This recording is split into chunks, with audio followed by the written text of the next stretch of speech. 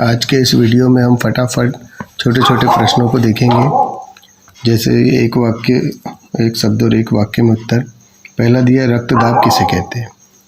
तो रक्तदाब किसे कहते हैं? तो रुधिर वाहिकाओं की भित्ति के विरुद्ध जो दाब लगता है उसे रक्तदाब कहते हैं। मतलब रुधिर वाहिका मतलब हमारी नसों में जो रक्त बह रहा है, खून बह रहा है, तो वो खून जो हमारी नसों में के विरुद्ध जो दबाव लगाता है वह दाब क्या कहलाता है? उसके लिए रक्तदाब कहलाता है। नेक्स्ट क्वेश्चन है, पादपों के तने की वृद्धि में सहायक हार्मोन्स का नाम क्या है? तो तने की वृद्धि में सहायक होता है जिब्रेलिन। तो जिब्रेलिन। वंशागतिकी के मुख्य नियम किसने प्रस्तुत किए? तो वंशागतिकी तो ग्रेगर जॉन मेंडल ने दिया था वंशागतिकी के नियम को। फिर दिए हैं, खतरे के संकेत का प्रकाश लाल रंग क्यों होता है? क्योंकि जो है लाल रंग की तरंग दैर्घ्य सबसे अधिक होती है और इसका प्रकीर्णन बहुत कम होता है, ये फैलता नहीं है, इस बहुत धीरे मतलब बहुत आगे तक सीधा जाता है, यानी वो हमारी आंखों तक आसानी से पहुंच सकता है। इसलिए खतरे की झंडी को दिखाने के लिए लाल रंग का इस्तेमाल किया जाता है। तो हम उसका कारण लिख सकते हैं कि खतरे के संकेत का प्रयोग लाल रंग से क्यों किया जाता है। तो लिखना है, लाल रंग का सबसे कम प्रकीर्णन होता है, इसीलिए। फिर विद्युत ऊर्जा का वैपारिक मात्रक क्या है? तो विद्युत ऊर्जा को वैपारिक रूप से, यानी जब मीटर में बिजली रीडिंग ये वो जब चलता है तो उसमें कैसा मापा जाता है? तो उसको बोलते हैं किलोवाट घंटा, यानी KWH उसका जो है वैपारिक मात्रक होता है, किलोवाट घंटा। MRI का पूरा नाम क्या है? तो MRI जो होता है उस इलाज डॉक्टर मतलब चिकित्सा में किया जाता है MRI। तो उसका मतलब होता है, इसको वैसे बोलते हैं मैग्नेटिक रेजोनेंस इमेजिंग। इसका हिंदी में नाम है चुंबकीय अनुनाद प्रतिबिंबन। तो खतरनाक यदि याद न रहे हिंदी वाला, चुंबकीय अनुनाद प्रतिबिंबन, तो ये याद कर ले कि मैग्नेटिक रेजोनेंस इमेजिंग। फिर अगला क्वेश्चन हम देखते हैं। अगला क्वेश्चन है कि पीतल एवं तांबे के बर्तनों में दही एवं खट्टे पदार्थों को क्यों नहीं रखना चाहिए? क्योंकि देखिए, तांबा और पीतल के बर्तनों में क्यों नहीं रखना चाहिए? क्योंकि जो पीतल होता है वो तांबा और जिंक से मिलकर बना होता है, और तांबा और पीतल तो ऑलरेडी है ही धातु। तो ये क्या है, इनसे क्रिया करके जो है खट्टे पदार्थ थोड़ा जहरीला पदार्थ बना लेते हैं ये। तो इसको हम देख लेते हैं कैसे क्या। धातु पीतल तांबा अम्लों से हाइड्रोजन परमाणुओं का हाइड्रोजन गैस के रूप में विस्थापन करती है, जिससे लक्षण का निर्माण होता है, जिसका कारण दही और खट्टे पदार्थों का स्वाद बदल जाता है। इसीलिए उन्हें पीतल या तांबे के बर्तन में नहीं रखा। तो इसके बजाय आप आंसर ऐसा नहीं भी लिखोगे तो आंसर एक और है इसका कि पीतल एवं तांबे के बर्तनों में दही व खट्टे पदार्थों को इसलिए नहीं रखना चाहिए क्योंकि दही एवं खट्टे पदार्थ तांबा और जिंक के साथ मिलकर हानिकारक पदार्थ बनाते हैं, जो स्वास्थ्य के लिए हानिकारक होता है। इसीलिए हमें बर्तनों में पीतल या तांबे के बर्तनों में खट्टे पदार्थों को नहीं रखना चाहिए। नेक्स्ट क्वेश्चन इसमें कि अम्लीय वर्षा कब होती है, इसका कारण बताइए। तो अम्लीय वर्षा, तो जब वर्षा जल का pH मान 5.6 से कम हो जाता है तो वह ऐसी वर्षा अम्लीय वर्षा कहलाती है, जो कि जलीय जीव जंतुओं के लिए हानिकारक होती है। यानी जब वर्षा का जल का pH मान किससे कम, 5.6 से कम हो जाता है। अगला क्वेश्चन है कि निम्न प्राकृतिक स्रोत में कौन सा अम्ल पाया जाता है? तो नींबू में सिट्रिक अम्ल होता है, तो बरसों से हम पढ़ते आते हैं। तो नींबू में सिट्रिक अम्ल। चींटी के डंक में तो ये मेथेनोइक अम्ल को ही फार्मिक अम्ल भी कहते हैं।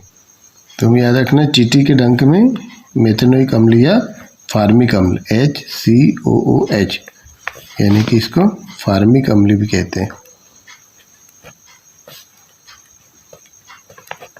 तीनों में से कुछ भी लिख सकते हैं हम लोग। तो चींटी के डंक में पाया जाता है फार्मिक अम्ल या मेथेनोइक अम्ल। नेक्स्ट क्वेश्चन है बेकिंग सोडा के दो उपयोग लिखिए। तो बेकिंग सोडा के दो उपयोग तो आ जाएगा बेकिंग पाउडर बनाने में और खाद्य पदार्थों को बनाने में। इसमें दिया है क्या, एथेन की इलेक्ट्रॉन बिंदु संरचना। अच्छा, ये इसमें क्या बोलेंगे, बेकिंग सोडा के उपयोग तो 4 प्रकार के लिख दिए हैं, जैसे बेकिंग पाउडर बनाने में, पाव रोटी या केक खमीर उठाने में, एंटीसेप्टिक के रूप में, अग्निशमन के रूप में भी इसका उपयोग किया जाता है। तो कोई भी 2 आपको लिखना है, पूरे इतने 4 नहीं लिखना है, कोई भी 2। फिर है क्या कि एथेन की इलेक्ट्रॉन बिंदु संरचना। तो एथेन हमें पता है, एथेन में 2 कार्बन होते हैं, तो 2 कार्बन बना दो। 2 कार्बन के साथ साथ ये आपस में भी जुड़ा रहता है और 3 और मतलब 6 हाइड्रोजन भी रहते हैं। तो सिंपल सा इसका जो बिंदु संरचना यदि एथेन की बनाना है तो उसके लिए क्या करें कि पहले एक C लिख दे, एक दूसरा C लिख दे, सर्कल बना दो बढ़िया, और ये दोनों सर्कल एक दूसरे को कट करता हुआ है ना, और यहाँ पर इसका दोनों के परमाणु बना देना है। और इसी तरह से हाइड्रोजन भी 1 2 ऐसे ही, इधर भी 1, तीसरा 1 इधर, ऐसे इसमें भी 3, और सब में यहाँ पर 1 हाइड्रोजन का 1 कार्बन का, इसे अपने को इलेक्ट्रॉन्स दिखाने हैं।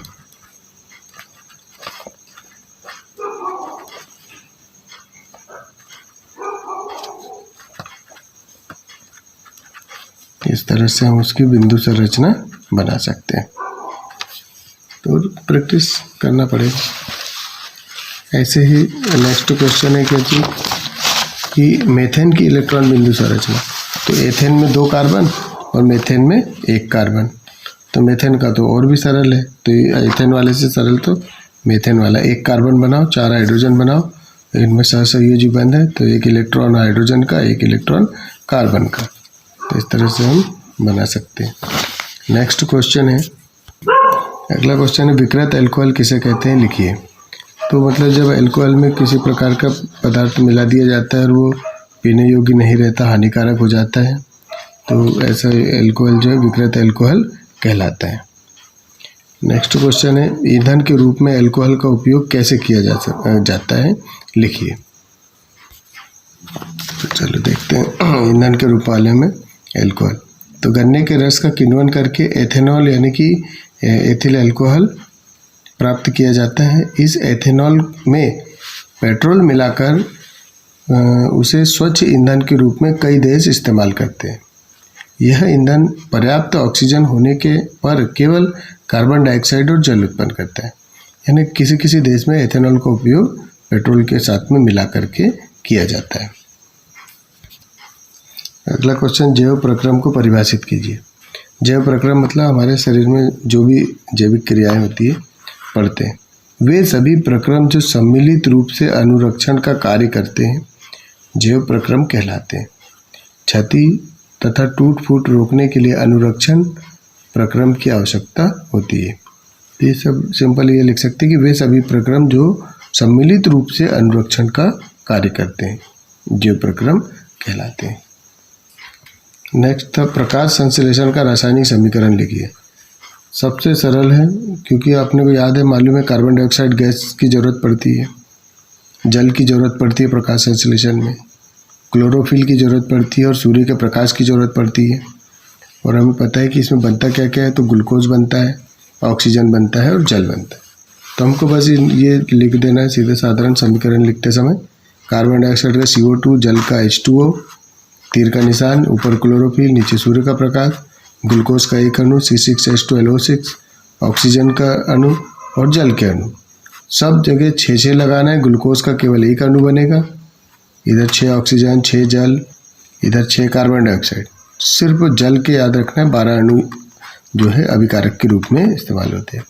तो यानी 6 CO2 + 12 H2O, क्लोरोफिल, सूर्य का प्रकाश की उपस्थिति में होती है क्रिया, ग्लूकोज बनता है, ऑक्सीजन के 6 अणु और जल के 6 अणु बनते हैं। प्रकाश संश्लेषण के रासायनिक समीकरण है। अगला दिया, कुछ पौधों को उगाने के लिए कायिक प्रवर्धन का उपयोग क्यों किया जाता है, कारण लिखिए। कायिक प्रवर्धन द्वारा उगाए गए पौधों में बीज द्वारा उगाए गए पौधों की अपेक्षा पुष्प एवं फल कम समय में लगने लगते हैं, जल्दी फूल और फल आ जाते हैं, इसलिए कई लोग कायिक प्रवर्धन द्वारा नए पौधे बनाते हैं। जो पौधे बीज उत्पन्न करने की क्षमता खो चुके हैं वे पौधे भी इस विधि द्वारा उगाए जा सकते हैं। अब कई पौधों में बीज नहीं होता है, लेकिन हम कायिक प्रवर्धन विधि से उनके नए पौधे बना सकते हैं। नेक्स्ट क्वेश्चन है हमारा, ऊतक संवर्धन तकनीक की परिभाषा दीजिए। ऊतक संवर्धन एक ऐसी तकनीक है जिससे बहुत कम ऊतक से हम बहुत सारे पौधे बना सकते हैं। तो ऊतक संवर्धन तकनीक द्वारा किसी एकल पौधे से, यानी कोई भी एक पौधे से या फिर अनेक पौधे संक्रमण मुक्त परिस्थितियों में उत्पन्न किए जा सकते हैं। मतलब एक पौधे से बहुत सारे पौधे बना सकते हैं। इस तकनीक का उपयोग सामान्यतः सजावटी पौधों के संवर्धन में किया जाता है। सजावटी पौधे ज़्यादातर इससे बनाए जाते हैं और ये इसमें किसी भी पौधे का एक ऊतक लिया जाता है और उसको माध्यम तैयार करके उसमें वृद्धि कराई जाती है और नए पौधे बनाए जाते हैं। अगला क्वेश्चन है, माँ के शरीर में स्वस्थ गर्भस्थ भ्रूण को पोषण किस प्रकार प्राप्त होता है। तो माँ के शरीर में एक प्लेसेंटा नाम की संरचना होती है जिससे बच्चा जुड़ा रहता है और उसको माँ से भोजन प्राप्त होता है। तो लिख लेते हैं, देखिए, भ्रूण को माँ के रुधिर से ही पोषण मिलता है। इसके लिए एक विशेष संरचना होती है जिसे प्लेसेंटा कहते हैं। यह एक तस्तरी नुमा संरचना है जो कि गर्भाशय की भित्ति में फंसी होती है। कुल मिला के माँ से जुड़े रहते हैं अपन लोग, वो जो है उस संरचना को प्लेसेंटा कहते हैं और प्लेसेंटा से ही माँ द्वारा बच्चों को पोषण प्राप्त होता है जो गर्भ में होते हैं। नेक्स्ट क्वेश्चन है, ऋतुस्राव क्या है, इसकी अवधि लगभग कितने दिनों की होती है, लिखिए। ये महिलाओं में, गर्ल्स में या महिलाओं में ये चीज़ें होती हैं जिसको हर महीने मतलब महिलाओं में होती है, जो कि ऋतुस्राव कहलाता है। एमसी जिसको बोला जाता है इंग्लिश में, मासिक चक्र। तो मासिक चक्र क्यों होता है वो देख लेते हैं उसका आंसर, कि अंड की भित्ति मतलब अंडाशय में अंड की भित्ति का धीरे धीरे टूटकर योनि मार्ग से रुधिर एवं म्यूकस के निष्कासन होना ऋतुस्राव या रजोधर्म कहलाता है।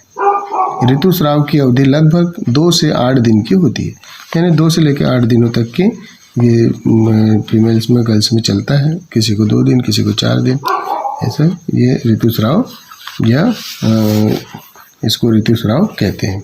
कुल मिला के अंड की भित्ति का यानी अंडाणु जब नष्ट हो जाते हैं तो वो धीरे धीरे टूटकर योनि मार्ग से रुधिर के रूप में निकलते हैं। इस क्रिया को रजोधर्म या ऋतुस्राव कहते हैं। अगला क्वेश्चन है कि मानव में बच्चे का लिंग निर्धारण कैसे होता है, केवल रेखा चित्र बनाइए। लिंग निर्धारण मतलब कि माँ के पेट में बच्चा लड़का होगा या लड़की होगी वो कैसे तय होता है। तो जब नर युग्मक और मादा युग्मक जब आपस में मिलते हैं तो हमें पता है कि नर और मादा में जो है ना गुणसूत्रों की संख्या 23 जोड़े होती है, मतलब 23 दूनी 46 होते हैं। 23 जोड़े में से 22 जोड़े जो है नर में और मादा में एक जैसे होते हैं, लेकिन 23वां जोड़ा नर में जो रहता है वो XY होता है और मादा में XX होता है। मतलब मादा में दोनों X होते हैं, गुणसूत्र होते हैं, जबकि नर में X और Y दोनों होते हैं। ये जो X है ये मादा गुणसूत्र है और Y से पता चलता है कि वो नर, Y जिसमें रहेगा वहीं तभी बच्चा जो है वो लड़का होगा। तो जब नर युग्मक में से X का जब X से होता है तो मादा बनता है बच्चा, संतति जो होगा वो लड़की होगी। लेकिन यदि किसी कारणवश नर में का जो Y गुणसूत्र का यदि मादा के X गुणसूत्र से मिलन हुआ, निषेचन हुआ, तब होने वाला बच्चा नर होता है। मतलब Y वहाँ होना चाहिए और ये नर में ही ये गुण होता है। तो मतलब नर एवं मादा में 22 जोड़े गुणसूत्रों की संख्या सेम होती है, 23वां जोड़ा अलग अलग होता है, जिस वजह से यह निर्धारित होता है कि होने वाला बच्चा क्या होगा या उसका लिंग तब जाके तैयार होता है। अच्छा, केवल चित्र बोला है, इसलिए यहाँ एक तरफ नर लिख दिया, एक तरफ मादा लिख दिया। इसके गुणसूत्र को युग्मक को लिख दिया, नर युग्मक में एक्स वाई, और इसका युग्मक लिख दिया एक्स। इसका एक्स का इसके एक्स से क्रिया हुआ तो एक्स और एक्स एक्स एक्स आ गया। इसके वाई से जब इस एक्स का हुआ तो वाई एक्स यानी कि एक्स वाई हो गया। जहाँ वाई रहेगा वो नर होगा, और दोनों जब एक्स एक्स है तो मादा होगा, यानी संतति यानी पुत्र इस कंडीशन में मादा होगी, इस कंडीशन में नर। मानव के बच्चे के लिंग निर्धारण का ये चित्र हो जाएगा। नेक्स्ट क्वेश्चन है उनके इसमें कि वंशागति के प्रथम संतति पीढ़ी F1 का रेखा चित्र बनाइए। तो हम F1 पीढ़ी में मान लो 2 हम लंबे पौधे और बौने पौधे को भी संकर क्रॉस करवाया, तो इसमें इसका कैपिटल T स्मॉल t मिलेगा, और यही उस जो अपने लिए प्रथम पीढ़ी में हुआ। तो प्रथम पीढ़ी में पौधे हमको लंबे तो मिलेंगे, लेकिन ये आंशिक रूप से लंबे होंगे, सभी लंबे सरगत पौधे होंगे F1 पीढ़ी में। तो ये F1 पीढ़ी का चित्र होगा। नेक्स्ट क्वेश्चन है प्रकाश के परावर्तन का नियम लिखिए। परावर्तन मतलब कि यदि किसी दर्पण से प्रकाश किरणें टकराई उसी माध्यम में वापस लौट जाना, ये परावर्तन कहलाता है। तो इसमें आपतन कोण और परावर्तन कोण का मान बराबर होता है। फिर आपतित किरण, परावर्तित किरण, अभिलंब, आपतन बिंदु, ये सब एक ही तल में होते हैं। तो ये परावर्तन का नियम है, तो लिख लेते हैं। परावर्तन का नियम निम्न प्रकार है। पहला, आपतन कोण तथा परावर्तन कोण के मान बराबर होते हैं। इसमें शॉर्टकट में लिख दिया, आप समझ जाना। फिर दूसरा नियम आ जाएगा, आपतित किरण दर्पण के आपतन बिंदु पर, अभिलंब परावर्तित किरण सभी एक ही तल में होते हैं। नेक्स्ट क्वेश्चन है, निम्न को परिभाषित। वक्रता केंद्र यानी किसी गोले का जिस गोले से वो दर्पण बना हो, तो उस गोले की त्रिज्या उस दर्पण की वक्रता त्रिज्या कहलाएगी। तो उस गोले का वक्रता केंद्र उस दर्पण का क्या कहलाएगा? वक्रता। किसी गोले का केंद्र उस दर्पण का वक्रता केंद्र कहलाएगा। ऐसे ही जिस गोले से बना गया उसके फोकस दूरी जो है, तो उसको परिभाषा देख लेते हैं अपन लोग। गोलीय दर्पण का परावर्तक पृष्ठ एक गोले का बना होता है। इस गोले का केंद्र गोलीय दर्पण का वक्रता केंद्र कहलाता है। मतलब वो दर्पण जिस गोले से बना है उस गोले का केंद्र उस दर्पण का वक्रता केंद्र कहलाता है। फोकस दूरी की बात करें तो गोलीय दर्पण के ध्रुव तथा मुख्य फोकस के बीच की दूरी फोकस दूरी कहलाती है। मतलब ध्रुव और मुख्य फोकस यानी F और P के बीच की दूरी जो है वो क्या कहलाती है? फोकस दूरी कहलाती है।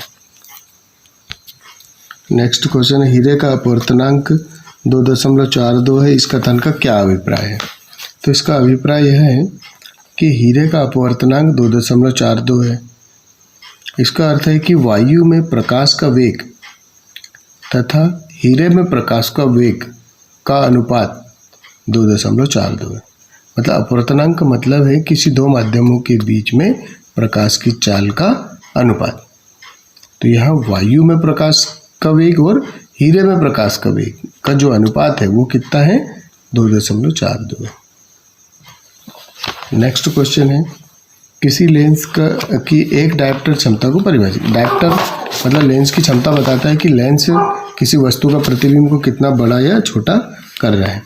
तो एक डायप्टर उस लेंस की क्षमता है जिसकी फोकस दूरी 1 मीटर है। मतलब कि जब फोकस दूरी 1 मीटर होती है किसी लेंस की तो उसे एक डायप्टर क्षमता माना जाता है। अगला क्वेश्चन है, ऐसी धातु का उदाहरण दीजिए जो, पहला बोला कमरे के ताप पर द्रव, तो आंसर आ जाएगा मरकरी या पारा। कमरे के ताप पर द्रव होती है। चाकू से आसानी से काटे जा सकने वाली, सोडियम, जिसको आसानी से काट सकते हैं। ऊष्मा की सबसे अच्छी चालक, तो वो है सिल्वर तथा कॉपर, ये सबसे अच्छे चालक हो जाएंगे। इसका अथवा वाला जो क्वेश्चन है वो बोल रहा है कि निम्न पदों को परिभाषा दीजिए। निम्न पदों की परिभाषा, खनिज, अयस्क, गैंग। तो देखो खनिज, अयस्क और गैंग के बारे में बता दूं। गैंग तो किसी अयस्क का शोधन जब करते हैं हम और धातु प्राप्त करने के लिए, तो उस समय जो भी वेस्ट निकलता है वो गैंग कहलाता है। और अयस्क वगैरह सभी देखते हैं अपन लोग, आंसर डायरेक्ट। सबसे पहला खनिज। खनिज मतलब खनन करने वाली बात। कि पृथ्वी की भूपर्पटी के प्राकृतिक रूप से, भूपर्पटी में प्राकृतिक रूप से पाए जाने वाले तत्वों या यौगिकों को खनिज कहते हैं। मतलब भूपर्पटी यानी पृथ्वी का वह भाग जो भूपर्पटी वाला भाग कहलाता है, उसमें जो पाए जाते हैं जो भी तत्व वो कहलाते खनिज। अयस्क क्या होते हैं? तो ये शुद्ध रूप में तो होते ही नहीं, किसी के साथ एक दूसरे रूप में होंगे तो अयस्क कहलाएगा। तो कुछ स्थानों पर खनिजों में कोई विशेष धातु काफ़ी मात्रा में होती है जिसे निकालना आसान व लाभकारी होता है। इन खनिजों को अयस्क कहते हैं। गैंग किसे कहते हैं? तो पृथ्वी से खनिज अयस्कों में मिट्टी, रेत आदि कई अशुद्धियाँ होती है, इन अशुद्धियों को गैंग कहते हैं। आज के वीडियो में इतना ही, बाकी अब बाद में मिलते हैं।